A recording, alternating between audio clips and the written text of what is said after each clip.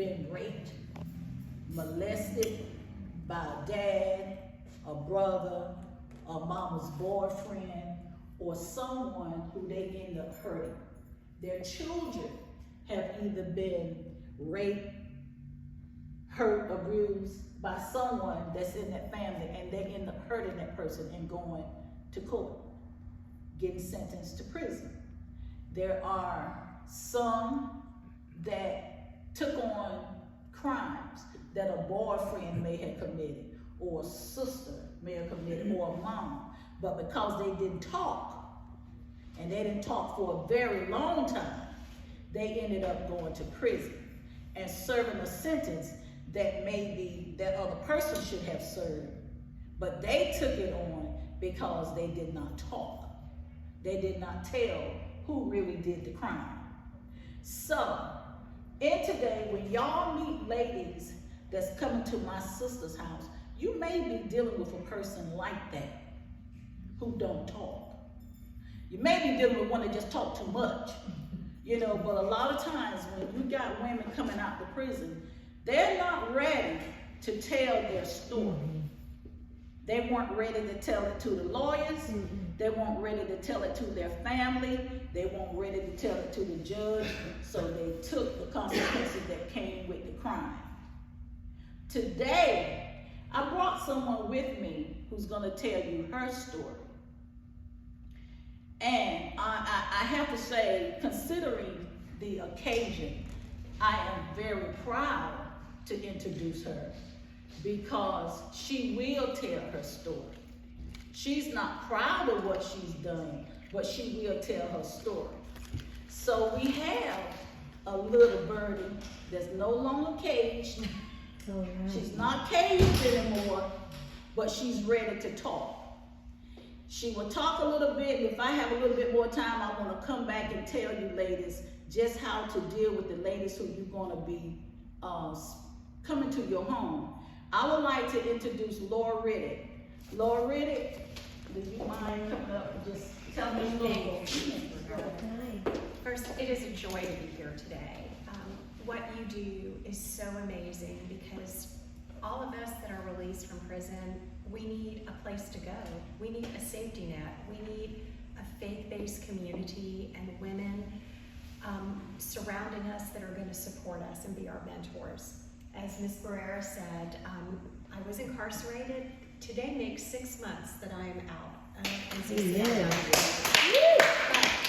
But while I was there, I can attest to the fact that you have an amazing intake person here, her official title. She was a tremendous caseworker and really cared for us women and gave us as much help as she could within the confines of the prison.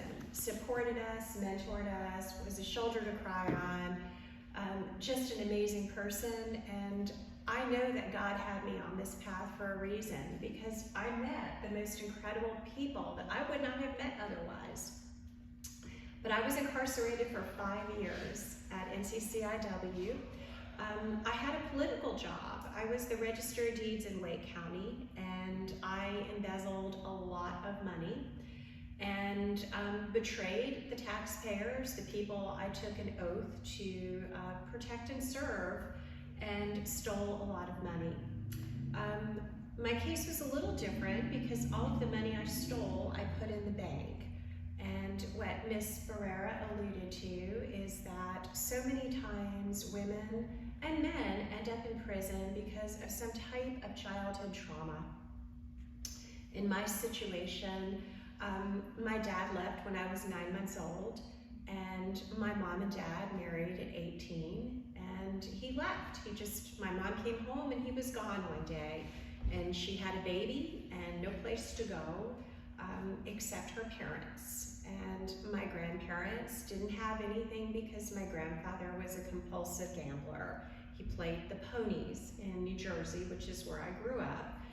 And I grew up around a grandmother who hoarded money all of the time to hide from my granddad, so we had the money to pay our apartment rent and eat food. And a mom who was crying every day, worried about getting fired from her job because she didn't have any child care for me. So it was a very challenging existence for a child, and in the course of my mother trying to find childcare for me, because this was back in the late 1960s, they really didn't have much daycare in New Jersey. I had to go in with the Catholic nuns who ran a nursery school, but they closed quite a bit for Catholic holidays.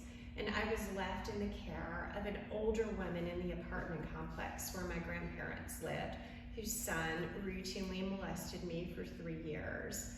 And during the course of that, he told me if I told anybody else the big bad wolf from the apartment dumpster was gonna climb the walls and eat me up. And as a young child, I believed this.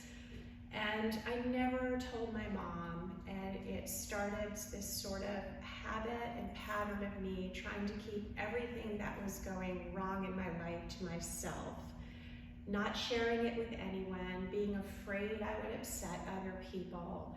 And it made me believe that I needed to have money to have a safety net, because I just was always so afraid of not having anything.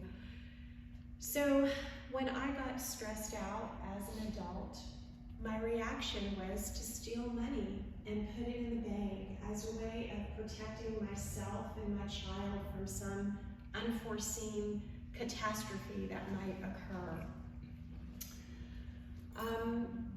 It was wrong on so many levels, and had I only had a person to talk to, I probably wouldn't have committed the crime, but I didn't. I kept it to myself. And when I got to prison, despite the fact that I had worked for almost 30 years in Wake County government, I felt like for the first time I was surrounded by my soul sisters, that I was in a community with women who had experienced some kind of trauma in their life, and consequently we knew what to say to each other, we bonded, and it is heartbreaking to me that so many of them don't have a safety net. I was fortunate because my husband waited for me, and it was very hard on our marriage, as you can imagine, and I have a 23-year-old who was deeply hurt by what I did, but they came and visited me every week, like Miss Simmons is going to see her brother, and that's so important. And it was a blessing, and I was filled with gratitude because so many of those amazing women didn't have anybody